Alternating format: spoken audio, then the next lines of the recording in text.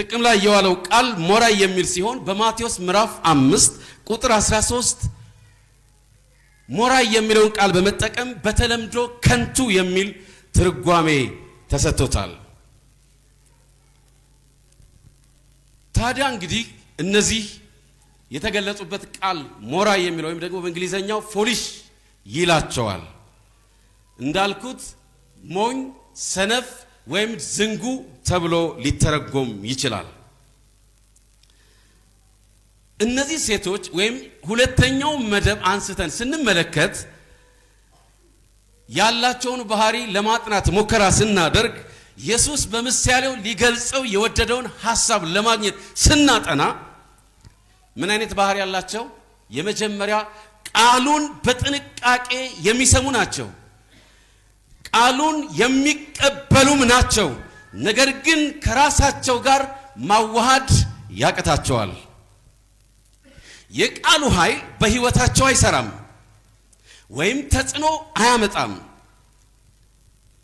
ይህንን ሐሳብ ማንነታቸውን ይበልጥ ለመግለጽ እግዚአብሔር እንደዚህ ይላል በሕዝቅኤል 33 ቁጥር 31 ላይ ሁል ጊዜ እንደሚያደርጉት ሕዝቤ ወዳንተ ይመጣሉ፣ ቃሌን ለመስማት ከፊትህ ይቀመጣሉ፣ ነገር ግን አይፈጽሙትም። በከንፈራቸው ብዙ ፍቅርን ይገልጣሉ፣ ልባቸው ያረፈው ግን ተገቢ ባልሆነ ጥቅም ላይ ነው ይላል።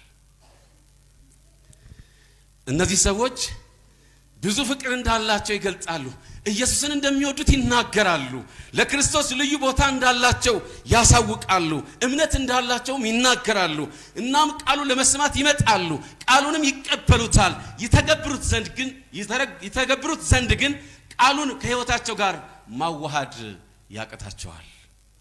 የቃሉ ኃይል በህይወታቸው ተጽዕኖ አያመጣም ወይም እነሱን አይለውጥም።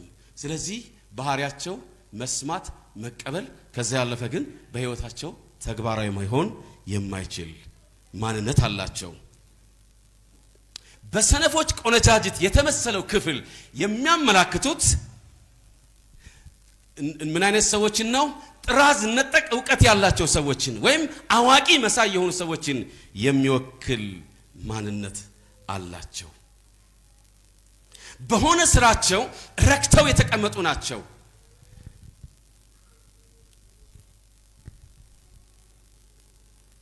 እግዚአብሔርን አያውቁትም፣ ከእርሱ ጋር እውነተኛ ግንኙነት የላቸውም፣ ባህሪውንም አያጠኑትም ወይም አይለማመዱትም። መንፈስ በሰው ልብ ውስጥ እንደፈቀደና